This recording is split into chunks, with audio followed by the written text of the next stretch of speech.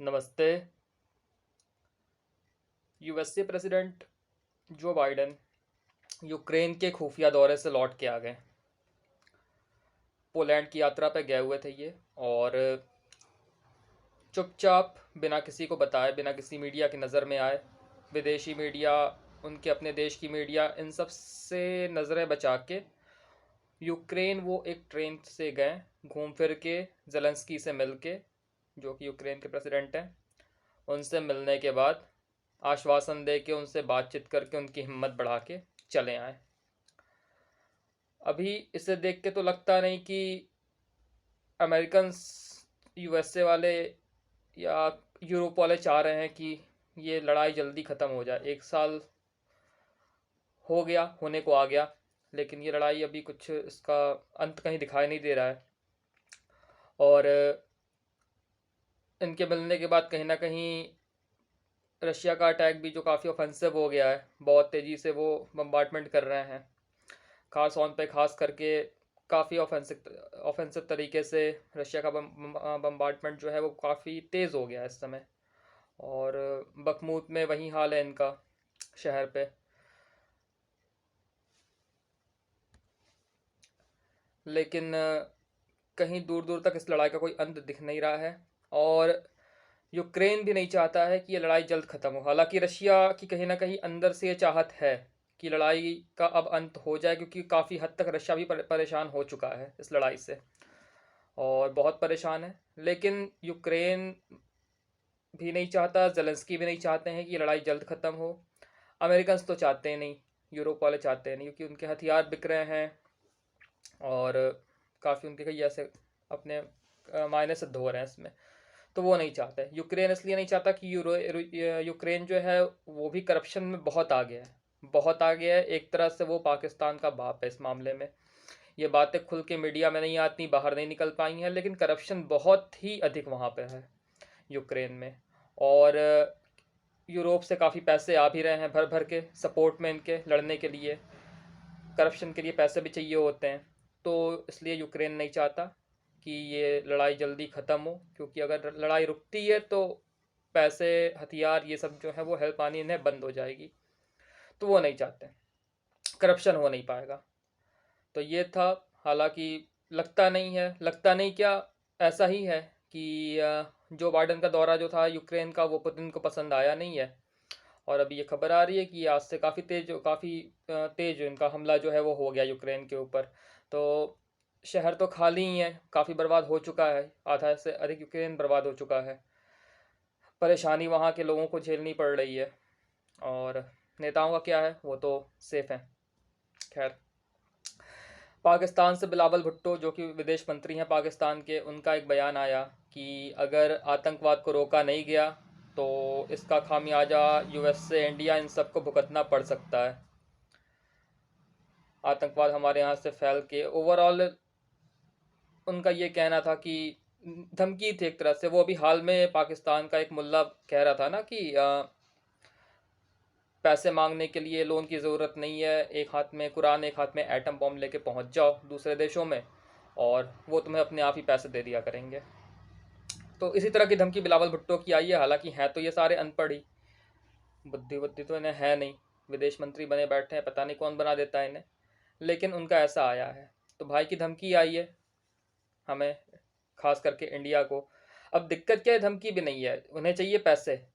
पैसे हर जगह से ले चुके हैं, आखिरी चाइना मना कर चुका है, आईएमएफ भी हाना हाना कर रहा है पैसे देने के लिए। बाकी देश जो इनके मुस्लिम भाई हैं, ब्रदरहुड है इनका, टर्की में भूकंप ही आया हुआ था तो वो खुद ही परेशान चल रहा है, पैसे उसके पास भी नहीं है। यूएई, सऊदी, इन पे इनका भरोसा था, तो इन्होंने कह दिया कि जब तक आईएमएफ आपको लोन नहीं देता तब तक हम आपको पैसे नहीं देने वाले हैं। क्योंकि मिसयूज़ बहुत हुआ है इनके यहाँ पैसों का। चाइना से पैसे मांगने गए तो चाइना इनसे पहले पैसे ही वापस मांगने लगा, कहा कि पहले जो हमने लोन दे रखा था पहले वो तुम वापस करो, उसके बाद तुम्हें हम पैसे देंगे। वहाँ भी इनकी हालत टाइट है। अब ले दे कि इनकी उम्मीद बची हुई है भारत से। भारत से इन्हें बात करनी नहीं है, क्योंकि इन्हें अपना वोट बैंक भी देखना है। इनकी जाहिल कौम जो है, आवाम, जाहिल जनता, उन्हें भी खुश रखना है, और पैसे चाहिए। तो भारत से तो अब वो धमकी मीठी सी आ रही है। तो भाई हम लोगों को भी कह रहा था कि भारत में आतंकवादी जा सकते हैं, तो भारत में कब आतंकवाद नहीं आया था? पहले भी था। जब तुम्हारे यहाँ नहीं था, तुम्हारे तो खैर हमेशा से रहा है, तुम्हें आदत पड़ गई है। तो भारत में पहले भी था, अब नहीं है, कंट्रोल कर लिया गया है। और अगर भारत में आता है तो भारत अपना देख लेगा, उसके लिए तुम्हें परेशान होने की ज़रूरत नहीं है। और पैसे चाहिए सीधे मांग लो। अब बातचीत तुमसे होगी नहीं, ट्रेड बंद कर रखे हो। भारत से बात करने के लिए तुम्हें 20 तरह की शर्तें लगानी होती हैं, वो भी तुम खुद से ही बोलते हो कि भारत से बात हो सकती है, लेकिन भारत से को 370 फिर से वापस लेके आना पड़ेगा कश्मीर में। और कश्मीर मुद्दे पे टेबल पे बात होगी, या जो कुछ भी तुम्हारी शर्तें हैं। तो भाई पहले एक बार ये भी तो पूछ लो कि भाई भारत तुमसे बात करना चाहता है कि नहीं। खुद ही बोलते हो, खुद ही डिनाई करते हो। और परेशान हो, पैसे हैं नहीं। और परेशान क्या हो, पैसे तो हैं ही है तुम्हारे पास, अय्याशों में तुम्हारे यहाँ तो कमी है नहीं कोई। अभी एक इनके यहाँ खबर आई थी इस्लामाबाद से 3-4 दिन पहले कि कोई फौजी रिटायर्ड था या जो भी था, भाई चीता पाल के रखा हुआ था, लेपर्ड, घर में। हालांकि पाकिस्तान में ये लीगल है, चीता पालना, शेर पालना, लेकिन शौक है भाइयों के, चीता पाल रखा था। अब वो कभी घर से बाहर उसके निकल गया, गोली वोली चली, कोई मरा भी या जो भी मतलब हुआ है वहाँ पे, लेकिन परेशानी हुई है। तो चीता पाल के उसे खिलाने के लिए तुम्हारे पास पैसे हैं। रोज़ तुम्हारे यहाँ इम्पोर्टेड गाड़ियाँ आ रही हैं, बाहर से इम्पोर्ट कर रहे हो, एक से एक महंगी लग्जरी गाड़ियाँ आ रही हैं तुम्हारे यहाँ। अभी एक वीडियो आया, कोई शादी में पैसे उड़ा रहा है औरतों पे, लड़कियों पे। और अय्याशी का लेवल तो इनके यहाँ ये है कि ये बेवकूफ़ आज भी महिलाओं को, औरतों को अपने हरम मतलब बाथरूम में ही देखते हैं ये, कि वो नहा रहे हैं, 3-4 आगे पीछे इनके खड़ी हैं। 21वीं सदी चल रही है। और ये इन बेवकूफ़ों का मतलब, इनका मानसिक जो वो लेवल होता है वो ये है कि आज भी उसी पुराने उसमें एरा में चल रहे हैं, बादशाहों वाले में। तो इनके साथ ये दिक्कत है, एक तो है डुप्लीकेट ये सारे इस्लाम के नाम पे। लेकिन फिर भी भाई मुसलमान हमारे यहाँ भी हैं, लेकिन ऐसी खतरनाक सोच तो उनकी भी नहीं है। पढ़े लिखे हैं, अच्छा अपना काम कर रहे हैं, और काफ़ी अच्छे अच्छे संपन्न मुसलमान हमारे यहाँ भारत देश में हैं। लेकिन यार इन लोगों की जो सोच है वो अलग ही लेवल पे ये खेल रहे होते हैं। खाने के लिए पैसे नहीं है, आटा नहीं मिल रहा है, कुछ नहीं है, बाढ़ से आधा से अधिक मुल्क परेशान है, इनका डूबा हुआ है। पाल के चीता रखे, पालना इन्हें चीता है, चीता पाल रहे हैं, उसे खिला रहे हैं। शौक भी इनके बड़े बहुत बड़े बड़े हैं। और शादियों में नोट उड़ा रहे हैं। और फिर जब अय्याशियों के लिए पैसे कम पड़ जाते हैं तो दूसरे देश याद पड़ते हैं, वहां से मिलना बंद होगा तब भारत की याद आ रही है। भारत से भी खुल के, ईगो तो इनका इतना बढ़ा हुआ है कि खुल के नहीं बोल पा रहे हैं। सामने से आके बोल दो कि आप बड़े भाई बाप जो भी मानते हो इंडिया को, बोल दो आके कि हाँ पैसे चाहिए, कम पड़ गए हैं, दे दो, दे भी देगा। भारत का फॉरेन रिजर्व जो है बहुत अधिक है, तुमसे तो तुम शायद गिन भी ना पाओ उस चीज़ को, लेकिन बहुत अधिक है भारत के पास। थोड़ा भी वो हेल्प कर देगा तुम्हारे लिए बहुत है, 2-3 साल तुम्हारे निकल जाएंगे उसमें।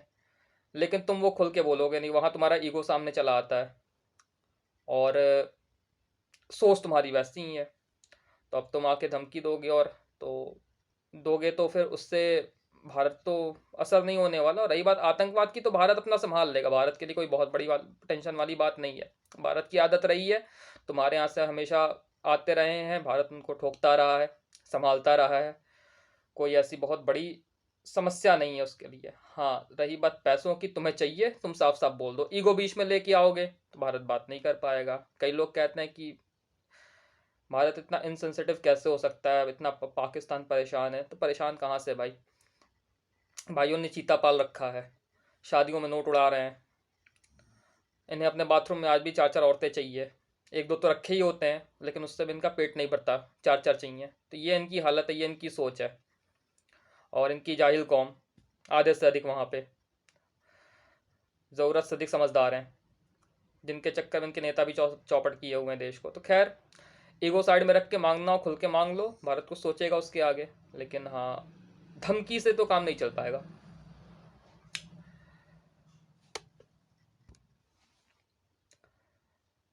हालत तो इनके इतने ख़राब दिन आ गए हैं कि अफ़गानिस्तान तालिबान जैसे लोग इनसे परेशान होकर अपने बॉर्डर सील कर रहे हैं। एक रास्ता बंद कर दिया है, 10-12 और बचे हुए हैं रास्ते इनके बॉर्डर पे क्रॉसिंग के। उस पर भी ये विचार कर रहे हैं कि उन्हें कब बंद किया जाए। वो कह रहे हैं कि नहीं, पाकिस्तान डिस्टर्ब कर रहा है हमें। तो ये इनकी हालत है।